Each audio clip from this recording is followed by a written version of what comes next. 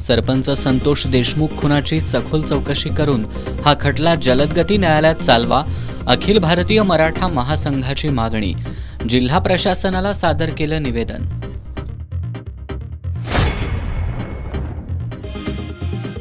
बांगलादेशातील हिंदूंवरील अत्याचाराचा शिवसेना ठाकरे गटाकडून निषेध. तावडे हॉटेल चौकात केली निदर्शनं.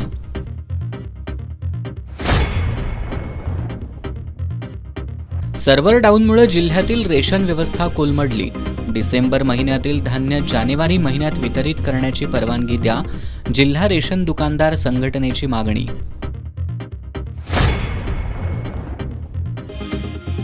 आणि ध्वजदिन निधी संकलनात कोल्हापूर जिल्हा राज्यात प्रथम क्रमांकावर यावा, यासाठी सर्वांनी योगदान द्यावं, प्रभारी जिल्हाधिकारी संजय शिंदे यांचं आवाहन.